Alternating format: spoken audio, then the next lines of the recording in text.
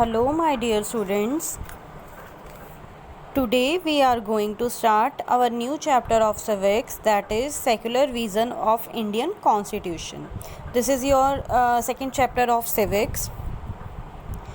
In this chapter we will read about secularism and the Indian Constitution, fundamental rights and fundamental duties. Secularism होता है बेटा कि जो एक स्टेट है या कोई भी गवर्नमेंट इंस्टीट्यूशन है तो उसका अपना कोई धर्म नहीं होगा, वो रिलीजन से पूरी तरह से अलग होगा। मतलब कोई भी स्टेट अपने किसी एक धर्म को, किसी एक रिलीजन को प्रेफर नहीं कर सकता। उसके लिए सब लोग, सब धर्म, सब कुछ एक जैसा होगा, सब सिमिलर होगा। अब नेक्स्ट बेटा चैप्टर एट अ ग्लांस देखते हैं हम, इसमें हम क्या क्या रीड करेंगे। Vision and values of the Indian constitution, secularism and the Indian constitution. Fundamental rights हैं पहले तो। फंडामेंटल राइट्स में right to equality, right to freedom of religion, right against exploitation, cultural and educational rights, right to constitutional remedies.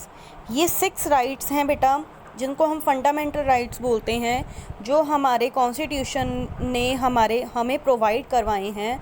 India के अंदर जितने भी citizen हैं उन सबको ये 6 राइट्स जो हैं वो मिले हुए हैं। Next is fundamental duties. Fundamental duties क्या होती हैं? मतलब हमारा इंडियन सिटीज़न होने के नाते हमारे क्या फ़र्ज़ हैं, हमारी क्या ड्यूटीज़ हैं, वो हम देखते हैं।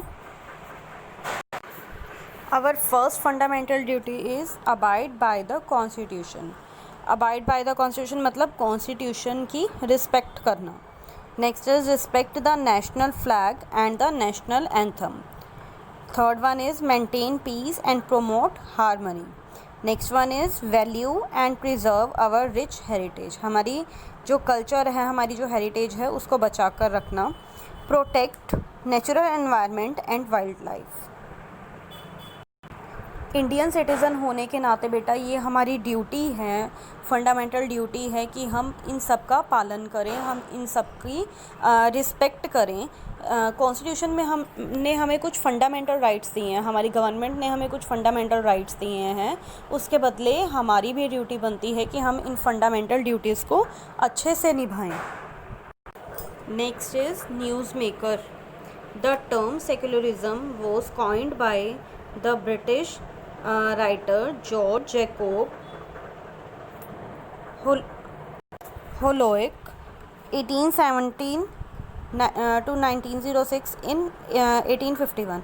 अब ये जो टर्म थी सेक्युलरिज्म, इसको ब्रिटिश राइटर थे एक जॉर्ज जैकोब होलोइक, उन्होंने 1851 में दिया था।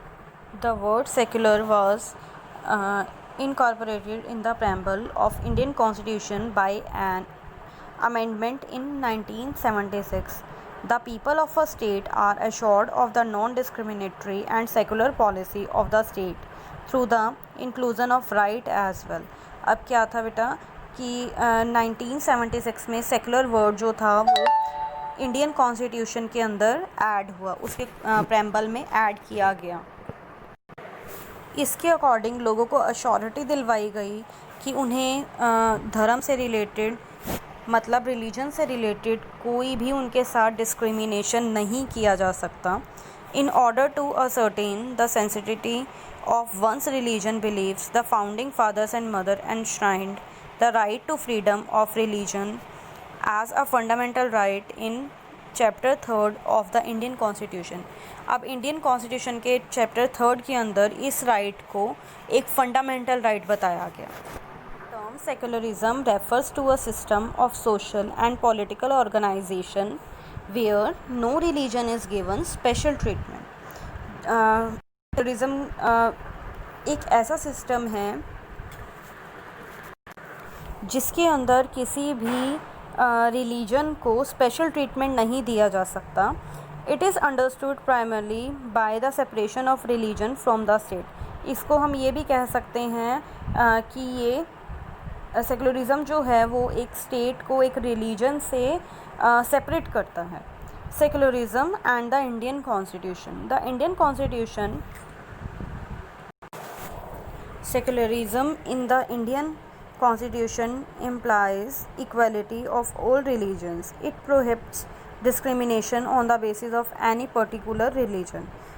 इंडियन कॉन्स्टिट्यूशन जो है वो ये मानता है कि बहुत टाइम के स्ट्रगल के बाद, फ्रीडम फाइटर्स के स्ट्रगल के बाद हमें ये गाइडिंग एक प्रिंसिपल मिला जिसको हम सेकुलरिज़म बोलते हैं. इसके अंदर ये सेकुलरिज़म जो है वो एक इक्वलिटी को फॉलो करता है. ये कहता है कि सभी रिलीजन जो हैं वो इक्वल हैं. It prohibits discrimination. ये किसी भी बेसिस पे होने वाले डिस्क्रिमिनेशन, भेदभाव को गलत बताता है.